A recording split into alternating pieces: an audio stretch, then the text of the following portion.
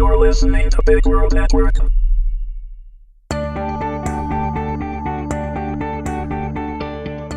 Accidental Passion, Episode 1, Guardian Angels, Part 1, read by Meagan Hedin. Warning: although there is no material subject matter within that couldn't be found in any general bookstore with no age constraint, this series is rated 18 and contains adult situations and content. It is intended for mature audiences only and should not be read if you are uncomfortable with graphic sexual intimacy. Alicia couldn't sleep. Her life had changed so completely in just a few short months, and she had found happiness. Turning on her side in the bed, she propped her head up on her arm and looked at Mary sleeping in the dark. Her beauty, Mary. She knew Mary had saved her from herself, and had taken her out of the pit of unhappiness that she had been in for a long time. Her life was almost perfect now. Taking Mary's hand and gently stroking her hair out of her face while she slept, Alicia knew there was one more stress in her life, one more thing she had to do before her transition would be complete. She loved being a hygienist and loved her patients.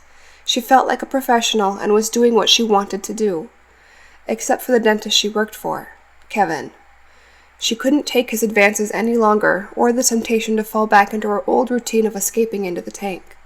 It hadn't been hard to give up on the nitrogen since she had been with Mary, but she knew she would be tempted if she continued working there. Making up her mind, Alicia decided tonight she would go to the office and clean out her things, so she could quit and put those days behind her. Continuing to stroke the side of Mary's face lovingly, she knew she would be okay and able to find another office to practice in. It was late, but she wanted to close this chapter of her life. Leaning in and kissing Mary lightly on the forehead, Alicia ran her hand down Mary's arm and sighed under the covers. Mary moaned softly and smiled, keeping her eyes closed. That feels nice. Everything okay?" she asked. "Just couldn't sleep. I was enjoying watching you," Alicia whispered, moving her hand to stroke Mary's hair. "Creepy," Mary kidded, likewise moving her hand through Alicia's hair and to the back of her head, pulling her down to her and kissing her passionately on the lips. "How did I get lucky enough to find you?" Alicia asked, bringing her lips back to Mary's, the tips of their tongues touching, exploring. Alicia slid her hand under the covers from the side of Mary's hips, over her belly, and up under the small tank top she was wearing. She enjoyed the smooth feel of the curves of Mary's breasts, and traced her index finger around the underside curve of her flesh. She ran her finger up from the curve, marveling at how perfect her lover's breasts really were. They were small and flawlessly shaped, accenting her features in such a complimentary way. Alicia traced her fingers around a nipple, feeling it grow erect as Mary let out a small moan. As they continued to kiss, Alicia felt Mary's legs slide in between her own, smooth flesh against smooth flesh. Mary slid her leg further until it was pressed between Alicia's hips as their kiss and hands continued their exploring. It felt so good, their bodies intertwined, that Alicia found herself grinding into Mary's leg as her desire increased. It wasn't just a desire to feel pleasure, but also to give pleasure, to share with the woman she had fallen in love with. Sliding down under the covers to taste and give Mary the same pleasure she herself desired at the moment, Alicia decided going to the office to collect her things could wait another hour. Feeling Rick finally release her hair, Kim simultaneously saw a flash. It seemed like an eternity, even though it was a mere milliseconds before the cracking sound of a shot resounded in the truck cab, deafening her, followed by an acrid smell. Her mind went into overload, and she was sure Rick had shot the man with the mystery voice. Her ears stung, but she knew it was her last chance. She again pulled the handle on the door, opening it. This was all taking place in a matter of seconds, but felt like slow motion to her. As she climbed out and took a step away from the truck with her back to Rick, she heard the cracking shot again and waited for the inevitable sting of pain in her back. But it didn't come. She knew she shouldn't, but Kim had an uncontrollable desire, a need, to look back that defied the logic of the need to run. Stopping her forward movement away from Rick's truck, she turned around to look back. The passenger door of his truck, the same door she had seconds ago climbed out of, was closed. She realized she must have slammed it shut to delay Rick, but it was still closed as she stood, sucking in deep breaths of the cool night air from her exertion and the overwhelming stress of the moment. Where was Rick? She saw the head of a man appear just forward of the windshield on the driver's side. The man, who she didn't recognize, stood calmly and spoke. "It's okay." Kim stammered, "Is he dead?" She was afraid to know the answer. "No, but I shot him," the man calmly answered as he reached into his pocket, withdrawing a cell phone.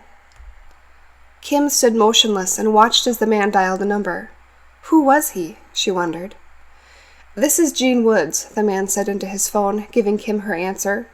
"I'm a private investigator and would like to report a shooting and request an ambulance to—" The man gave Kim's address to whoever was on the other end of the phone, as if he was very familiar with it. Private investigator?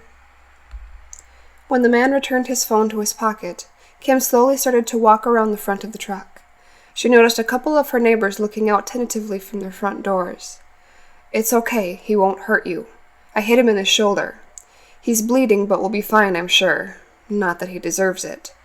The man's voice raised with the last part, presumably for the benefit of Rick.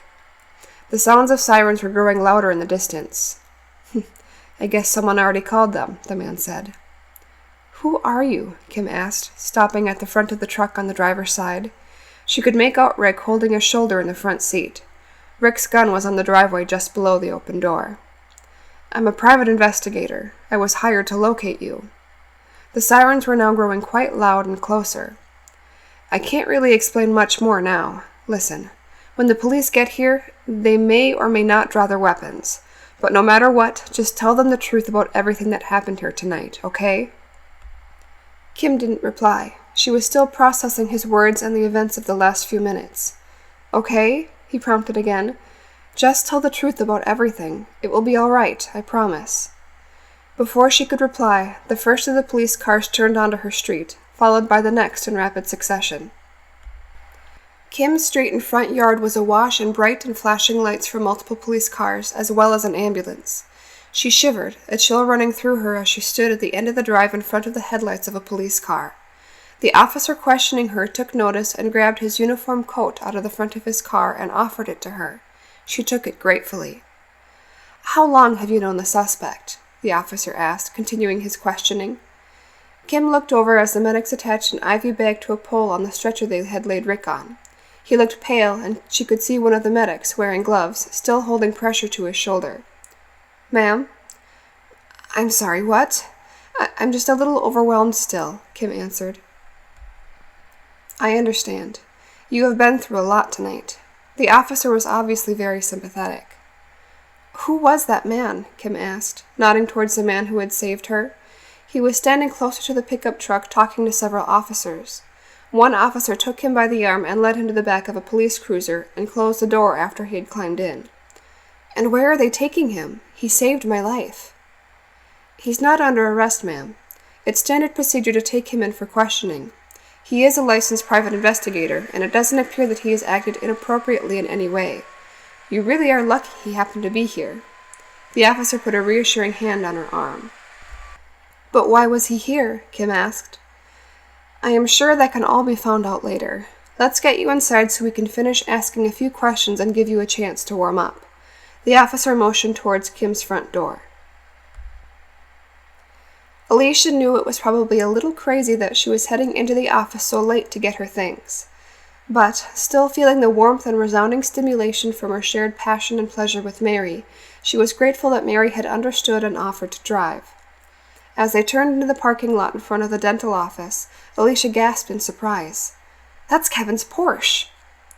"Why would he be here this late? It's almost 1 a.m., Mary replied, pulling into a parking space. "Probably ran out of nitrogen at home," Alicia said, only half jokingly. "Do you want to come back tomorrow?" Mary asked. "No." Then Alicia continued with more conviction. "No. I need to put this chapter of my life behind me."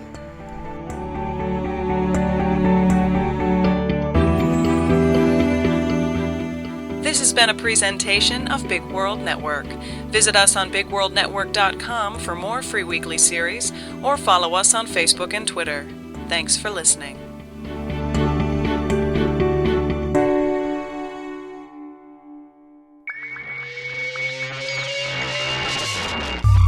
You're listening to Big World Network.